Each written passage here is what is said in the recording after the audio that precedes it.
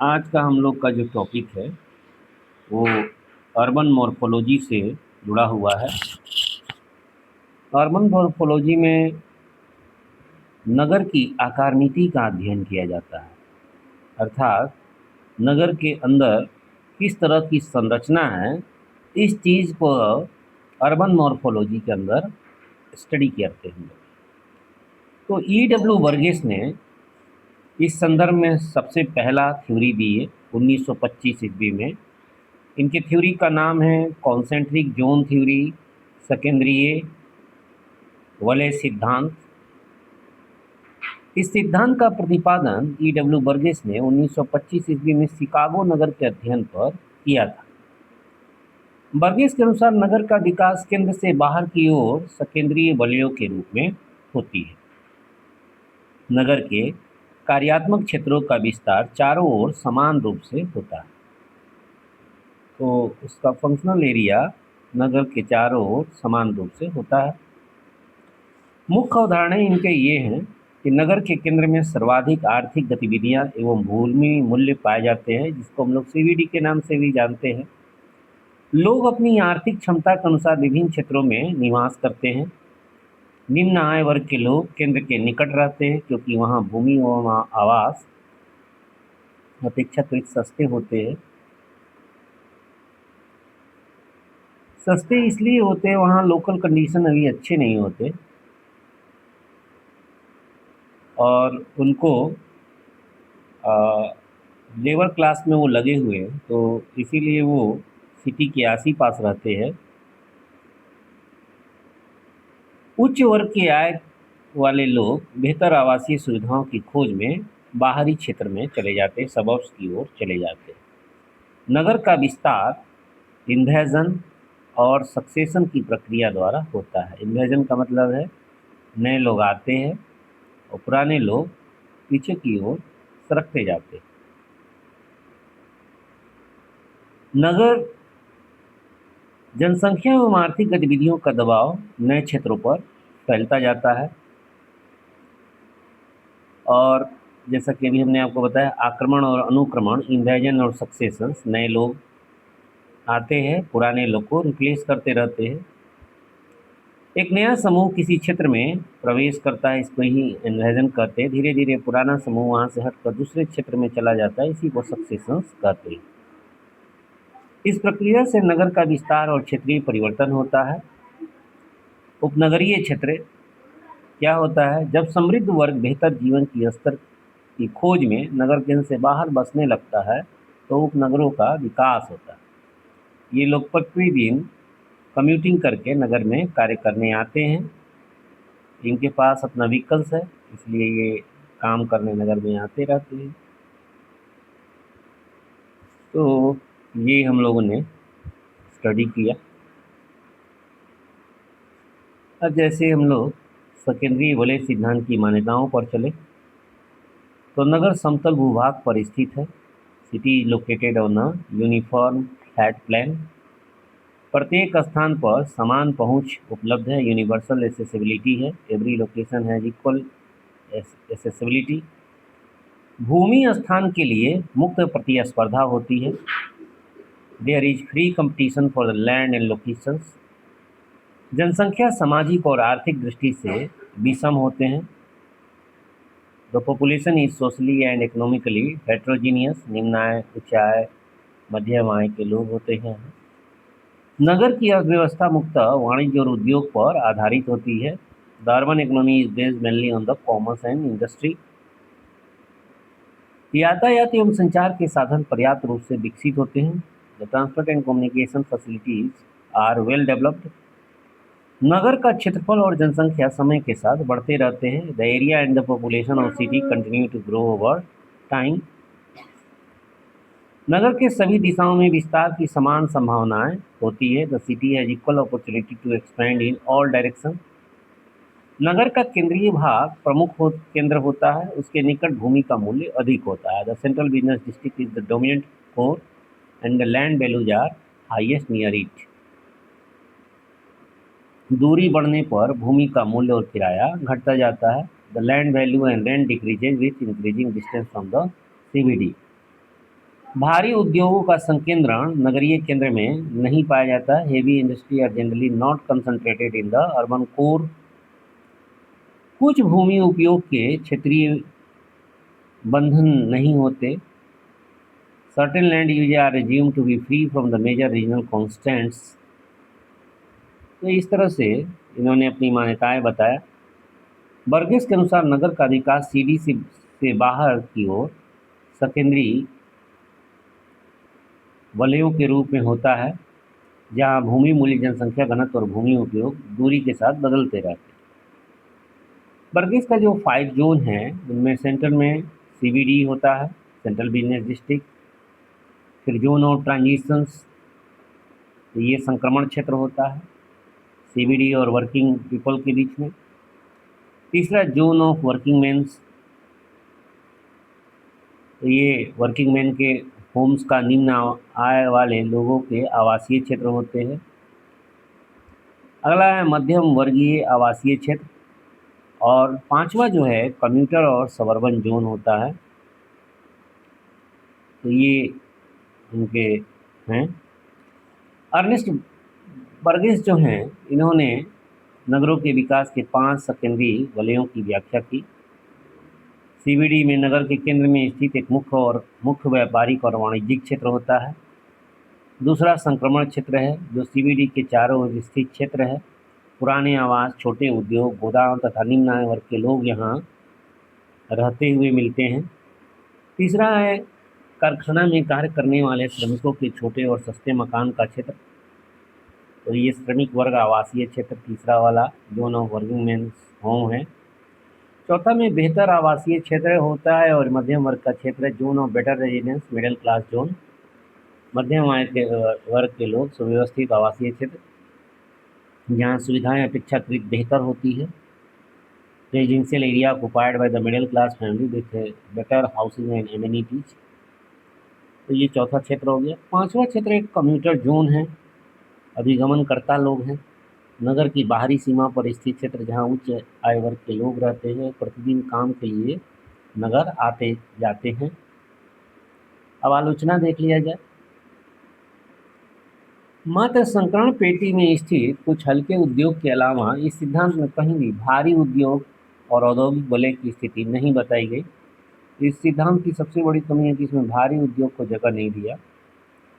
भूमि उपयोग स्वरूप के निर्धारण में परिवहन जाल अर्थात सड़क मार्गों की भूमिका के सिद्धांत में उपेक्षा की गई है। तो सड़क पर भी प्रकाश नहीं डाला गया, सड़क किस तरह से नगर को प्रभावित करता है। नगर से निकलने वाली मुख्य सड़कों के किनारे विकसित हुए व्यापार और उसके साथ बढ़ते हुए भूमि मूल्य की ओर इन्होंने ध्यान नहीं दिया। धरातलीय अवरोधों अथवा मुख्य परिवहन अक्ष के परिवर्तन सेकेंडरी वलय को विकृत कर सकती है। तो धरातल का जो कॉन्स्टेंट्स हैं या मुख्य परिवहन अक्ष में परिवर्तन सेकेंडरी वलय को विकृत कर सकती है। नगर के बाह्यवर्ती भाग में बाहर में प्रमुख भूमि उपयोग और जनसंख्या का जमाव प्रमुख मार्गों के सहारे होता है। अतः नगर का आकार सेकेंडरी न होकर स्टारनुमा, तारानुमा हो जाता है।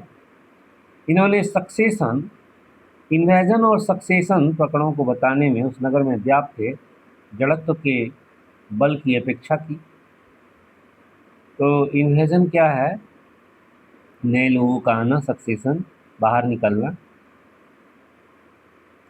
तो जड़त्व बल की इन्होंने उपेक्षा कर दी, तो उस पर ध्यान नहीं दिया। यह मॉडल पश्चिमी और विकसित देशों में विशेष रूप से पुराने बड़े शहरों के लिए उपयुक्त हो सकता है, परंतु नए, छोटे और शीघ्र विकसित होने वाले नगरों के प्रारूप से भिन्न है। उन्होंने केवल भूमि स्तर यानी ग्राउंड लेवल पर क्रियाओं को ही इसमें लिया। मकान के ऊंचाई यानी वर्टिकल या स्टोरी पर अलग अलग क्रिया के विषय में कुछ भी नहीं कहा। केंद्र से परिधि की ओर क्रमिक विकास होता है तथा वलयों की निश्चित सीमा तय करता है। तो ये सब हम लोग देख पाए। इसी चीज़ को इंग्लिश में लिखे हैं इधर।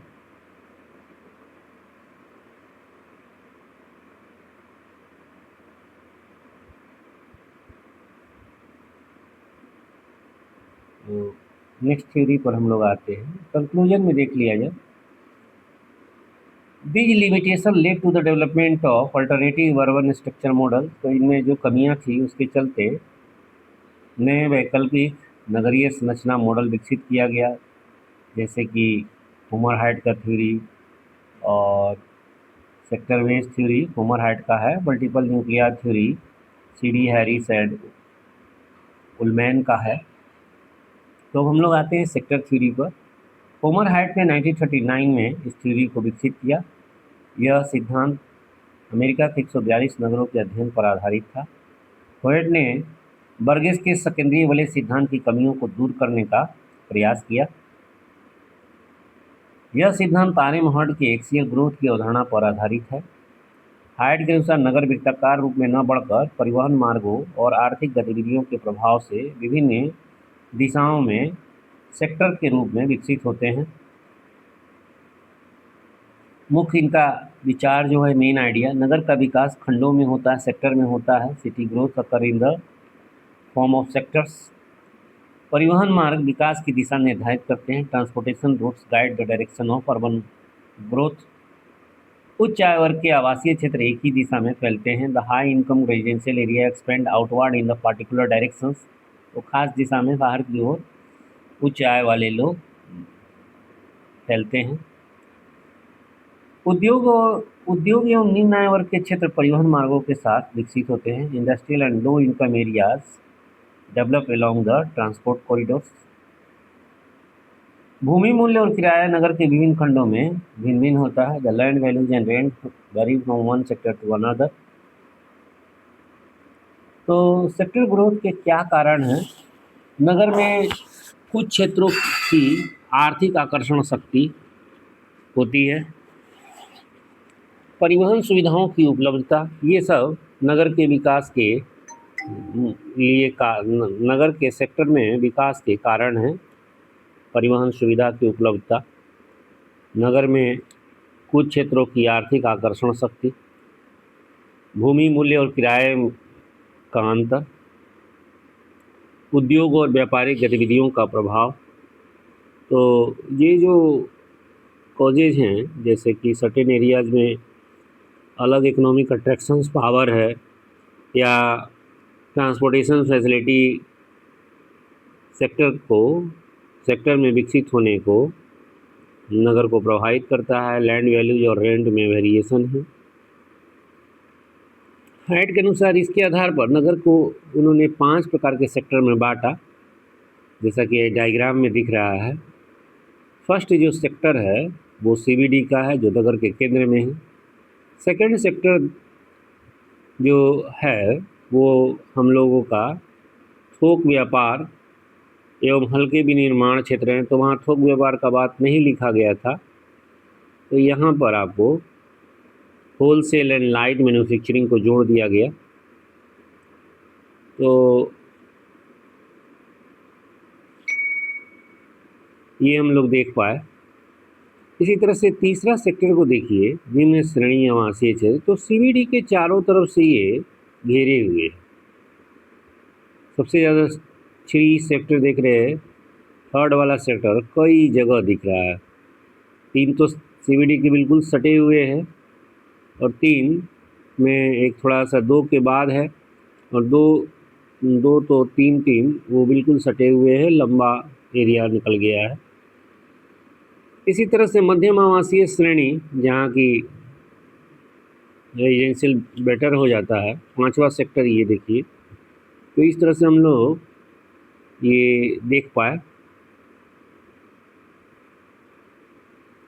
किस तरह से इनका बटा हुआ है। यहाँ पर हाई क्लास रेजिडेंशियल आउटर में है, लो क्लास रेजिडेंशियल जो है वो सीबीडी इंडस्ट्रियल एरियाज़ के चारों तरफ होता है, और ट्रांसपोर्टेशन रूट्स उसको प्रभावित करता है। बर्गेस का मॉडल की अपेक्षा यह अधिक रियलिस्टिक है, अधिक यथार्थवादी है। परिवहन मार्गों की भूमिका को यह महत्व देता है, आधुनिक नगरों के विकास को बेहतर ढंग से समझाता है। आलोचना पर देखा जाए तो धरातलीय दशाएं और वाटर की स्थिति सेक्टर प्रतिरूप को विघटित कर सकता है, यानी कि physical landforms and drainage conditions urban growth के सेक्टर पैटर्न को विघटित कर सकता है। भूमि उपयोग को निर्धारित करते समय इस सिद्धांत के सामाजिक और सांस्कृतिक कारकों के योगदान को पर्याप्त महत्व नहीं दिया गया। तो the presence of hill, river, lakes and other natural barriers can prevent the development, ये आपको फिजिकल लैंडफॉर्म्स के वेरिएशंस के बारे में बात कर दिया गया धरातलीय दशा के अनुसार सेक्टर प्रतिरूप में। और इसी तरह से जो हम लोग सेकंड बात की है कि सामाजिक और सांस्कृतिक कारकों का भी भूमि उपयोग को निर्धारित करने में कंट्रीब्यूशंस होता है, जो कि इस सिद्धांत में सांस्कृतिक मूल्य और सामाजिक मूल्यों को ज़्यादा चर्चा नहीं किया गया। नगरों के संपूर्ण संरचना के स्थान पर हायट ने अपने सिद्धांत में मात्र आवासीय वृद्धि जैसे विशिष्ट संदर्भ में ही लागू किया। तो इनका जो थ्योरी है उसमें रेजिडेंशियल ग्रोथ को ध्यान में रखकर प्रतिपादित किया, न कि पूरे अर्बन स्ट्रक्चर को ध्यान में रखकर। तो ये इनकी कमी रह गई। हायट के अनुसार अगर कंसिडर किया जाए एक लाइन में, तो नगर संकेंद्रित वलयों में नहीं बल्कि परिवहन मार्गों के साथ सेक्टर में विकसित होता है। तो अभी हम लोग देखें बहुनाभिक सिद्धांत, मल्टीपल न्यूक्लियाई थ्योरी। तो अभी हम लोग Chauncy D Harris, C D Harris और एडवर्ड उलमैन ने इसे 1945 में दिया। यह सिद्धांत नगरों की संरचना को समझाने के लिए प्रस्तुत किया गया। इनके अनुसार नगर का विकास केवल एक केंद्रीय व्यापारिक क्षेत्र के आसपास नहीं बल्कि अनेक स्वतंत्र केंद्रों के आसपास होता है। यह सिद्धांत मानता है कि आधुनिक नगरों में इतनी जटिलता आ जाती है कि उन्हें केवल एक केंद्र के आधार पर नहीं समझा जा सकता। नगर की विभिन्न गतिविधियां अलग अलग स्थानों पर विकसित होकर नए केंद्रों का निर्माण करती है। नगरीय केंद्रों के विकास के कारण पर आ जाइए। विशिष्ट गतिविधियों की विशेष आवश्यकता। कुछ गतिविधियों को विशेष सुविधाओं की आवश्यकता है। उदाहरण के लिए थोक व्यापार यातायात की अच्छी सुविधा वाले क्षेत्रों में ही विकसित होती है।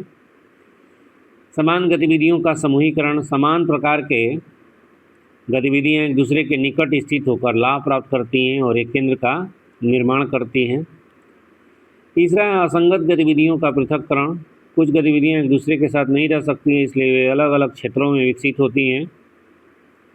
भूमि मूल्य और किराया। भूमि का मूल्य और किराया विभिन्न गतिविधियों के स्थान निर्धारण को प्रभावित करता है। तो ये सब देख रहे हैं हम लोग, मान्यताएं हो गई जिसके आधार पर ये थ्योरी चलेगा। नगर में नाभिकों और केंद्रों की संख्या एक नगर से दूसरे नगर में भिन्न होती है, जो कि ऐतिहासिक विकास तथा अवस्थिति शक्तियों का परिणाम होती है। नगर जितना बड़ा होता है उसमें उतना ही विशिष्ट केंद्र मिलते हैं।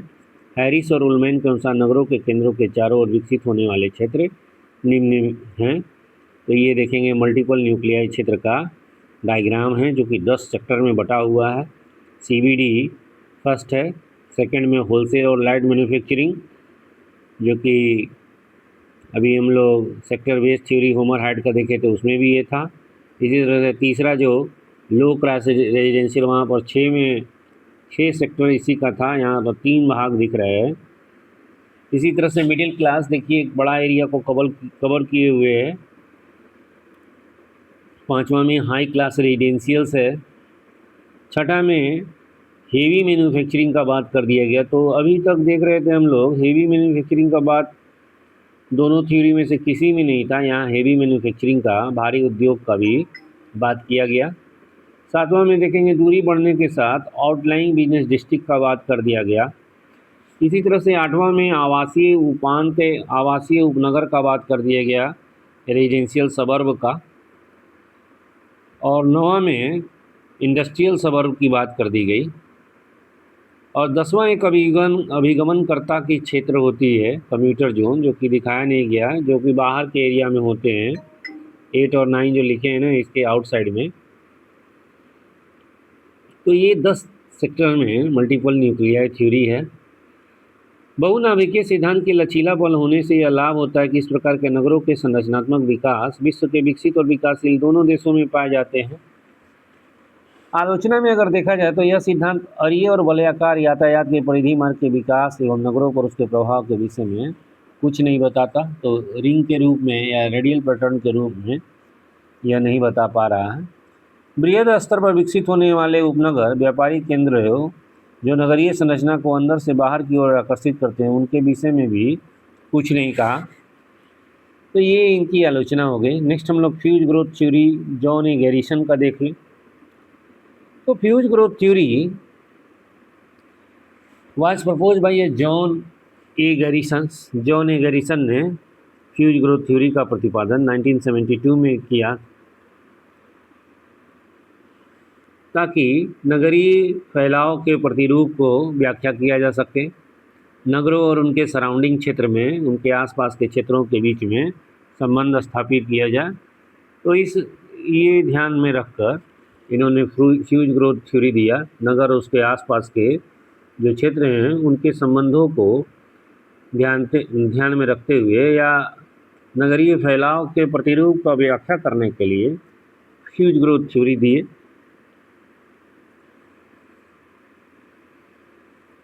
The theory highlights how the growth of a central city gradually merge with the nearby towns। कैसे जो एक केंद्रीय नगर की वृद्धि होती है वो अपने आसपास के शहरों से मर्ज हो जाती है, मिल जाती है। तो आसपास के शहर गांव से किस प्रकार से एक नगर का केंद्रीय नगर मिलता है, इसी से वो फ्यूज ग्रोथ थ्योरी का प्रतिपादन करेंगे। मेन कॉन्सेप्ट इनका क्या है? Urban growth does not remain confined to the city core. जो नगरीय वृद्धि होती है वो केवल नगरीय केंद्र तक ही सीमित नहीं होती है। As population, industry, services increases the city expand outward. तो जैसे जैसे जनसंख्या, उद्योग, सेवा क्षेत्र बढ़ते हैं नगर बाहर की ओर फैलता जाता है। Adjacent settlement become economically and physically connected to the city. तो जो भी पड़ोसी का क्षेत्र होता है, जो कस्बा हो या गांव हो, वो सब आर्थिक और भौतिक रूप से नगर से जुड़ते चले जाते हैं। Over the time separate settlement fuse together. तो अलग अलग जो सेटलमेंट थे पहले, वो समय के साथ सब एक दूसरे से मिल जाते हैं और इस तरह से एक फ्यूज टाइप का हो जाता है, मिल जाना, और इस तरह से एक लार्जर अर्बन कॉम्प्लेक्स बन जाता है। तो क्या की फीचर्स है? कॉन्टिन्यूअस अर्बन एक्सपेंशन, नगर का फैलाव सतत रूप से चलता रहता है। City spread beyond it's administrative boundary. जो नगर होती है वो अपने प्रशासनिक सीमाओं को पार कर जाता है। और जो नगर की वृद्धि होती है occurs along the major transport routes. तो जो मुख्य परिवहन रूट्स हैं उनके किनारे किनारे शहर का एक्सपेंशन होते रहता है। इंटीग्रेशन ऑफ द सेटलमेंट, तो अधिवासों का समन्वय। जो नियर बाई टाउन्स होते हैं या गांव होते हैं वो लिंक्ड हो जाते हैं एक दूसरे से, क्योंकि transportation facility, trade and commerce, employment opportunity, ये सब बढ़ जाता है। सोशल इंटरेक्शंस बढ़ जाता है। इसी तरह से फॉर्मेशन ऑफ अर्बन रीजन्स। तो distinct settlement lose their the separate identity. अलग अलग अधिवास हैं वो अपने अलग अलग आइडेंटिटी को खो देते हैं, सब मिल जाते हैं और इस तरह से एक लगातार continuous urban built up area develop हो जाती है। फंक्शनली इंटरडिपेंडेंस हो जाता है, एक दूसरे पर आश्रित हो जाते हैं सेंट्रल सिटी और अपने कस्बा गांव से। Central city provides higher order services. तो इस तरह से हम लोग देखते हैं कि स्टेजेज ऑफ ह्यूज ग्रोथ में इनिशियल अर्बन ग्रोथ, इसमें expansion of the core city, suburban development, growth of residential and industrial suburbs, linkage formation, improve connectivity with the nearby settlements, और लास्ट में फ्यूजन स्टेज में पहुंच जाता है, physical and functionally merging of settlement हो जाता है। तो इस तरह से हम लोग देख रहे हैं कि स्टेज 1 में सिटी रहता है, स्टेज 2 में सिटी टाउन दोनों मर्ज हो जाते हैं, स्टेज 3 में सिटी टाउन विलेज सभी मर्ज हो जाते हैं। तो इसका महत्व पर ध्यान दीजिए। तो ये मेट्रोपॉलिटन एक्सपेंशंस को व्याख्या करता है, ऐसे ही मेट्रोपॉलिटन एक्सपेंशन होता है। Help the understand the urban sprawl, नगरीय फैलाव को समझने के लिए उपयोगी है। Useful in regional planning and infrastructure development. तो ये इसके लिए highlights the role of transport networks in urban growth. Criticism ध्यान दिया जाए तो ये मान लिया है कि कंटिन्यूस ग्रोथ होता रहता है, विच में नॉट अकर एवरीवेयर, जो कि माना जाएगा कि प्रत्येक स्थान पर ऐसा नहीं होता continuous growth. Ignores environmental constraints, तो पर्यावरणीय बाधा वगैरह को कुछ नहीं माना ये। Gives limited importance to the political and administrative boundaries, राजनीतिक और प्रशासनिक सीमाओं को महत्व तो ज़्यादा नहीं दिया, सीमित कर दिया। Not all settlement merge physically, तो सभी सेटलमेंट भौतिक रूप से नहीं मर्ज होते हैं। Despite strong functional linkage, strong functional linkage के बावजूद भी वो एक दूसरे से मिल नहीं पाते। इसी तरह से नेक्स्ट कॉन्सेप्ट है अर्बन मॉर्फोलॉजी में वर्क होम कॉन्सेप्ट। तो वर्क रेजिडेंस रिलेशनशिप का बारे में ये बात किया गया, राम गौड़ा ने इसको डेवलप किया था। To explain the spatial relationship between the places of residence and the places of work, अधिवास और काम के स्थानों के बीच में स्थानिक संबंधों को व्याख्या करने के लिए राम गौड़े ने वर्क रेजिडेंस रिलेशनशिप कॉन्सेप्ट दिया। The concept focus on daily commuting patterns, दैनिक अभिगमन प्रतिरूप को ये व्यक्त करता है। Their impact on the urban structure, जिससे कि नगरीय संरचना पर प्रभाव होता है। उसकी लैंड यूज बदलती रहती है, ट्रांसपोर्टेशन सिस्टम्स पर ये डिपेंड करता है। तो work home concepts examine how the distance and interactions between the person, work place and residence influence. दूरी एक व्यक्ति का उसके वर्किंग प्लेस और आदिवासी संबंधों को ये व्यक्त करने के लिए ये थ्योरी है। अर्बन लैंड यूज पैटर्न्स, इससे परिवर्तित होता है। रेजिडेंशियल लोकेशन चॉइसेस उसके पास होते हैं। ट्रांसपोर्टेशन नेटवर्क पर ये डिपेंड करता है कॉन्सेप्ट। कम्यूटिंग बिहेवियर पर, अभिगमनकर्ता के व्यवहार पर, और अर्बन एक्सपेंशन पर। मेन एजम्पशन क्या है? People try to minimize the distance between the home and work place. लोग घर और अपने वर्किंग प्लेस के बीच में दूरी को न्यूनतम करना चाहते हैं। Transportation facilities affect the residential choices. परिवहन की सुविधाएं आवासीय इच्छा को परिवर्तित कर देते हैं। अगर बहुत ज़्यादा फैसिलिटी तो दूर तक के लोग अपना पहुंच रखते हैं। Employment centre attracted residential development around them. तो रोज़गार का जो केंद्र होता है रेजिडेंशियल डेवलपमेंट को अट्रैक्ट करता रहता है। Growth of city increases commuting distance, नगर का जैसे जैसे वृद्धि होती है कम्यूटिंग डिस्टेंस को प्रभावित करता रहता है। Urban structure is shaped by the interaction between the work and residential locations. काम और अधिवास के बीच में क्या संबंध है, उससे अर्बन स्ट्रक्चर्स प्रभावित होता रहता है। तो ये हम लोग देख पाए। इसमें देखेंगे वर्क प्लेस में industrial area, CBD, administrative centre, service centres है। Residential area location here working workers reside, जहाँ रहते हैं, varies according to the income, क्या आय है उनका, हाउसिंग कॉस्ट और एक्सेसिबिलिटी पर ये डिपेंड करता है। कम्यूटिंग बिहेवियर पर डिपेंड करता है। Daily movement between the home and work place create traffic flow and transportation demands. इसी तरह से accessibility, better accessibility, reduce travel times, तो ज़्यादा सुविधाएं हो जाएंगी तो ट्रेवल टाइम को रिड्यूस कर देता है। Influence land values and residential patterns, तो भूमि मूल्य और आवासीय प्रतिरूप को ये प्रभावित कर देता है।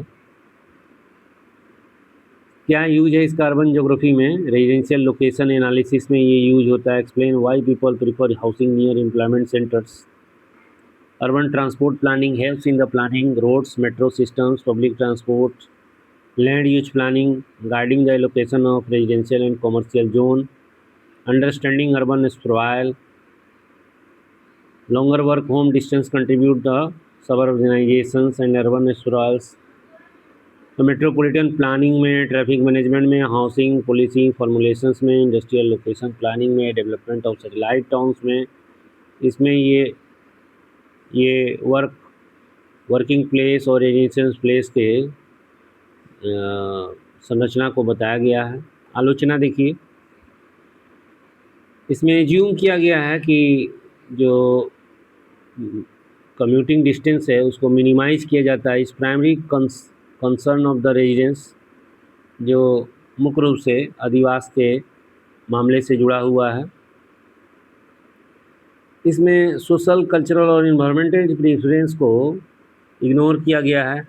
Modern communication technique have reduce the importance of physical proximity. भौतिक जटिलता को मॉडर्न कम्युनिकेशंस रिड्यूस करता है। Does not fully the multi notes offices with the multiple employment centres. तो ये हम लोग देख लिए work home concept. Urban morphology हम लोग ख़त्म कर लिए। Thank you.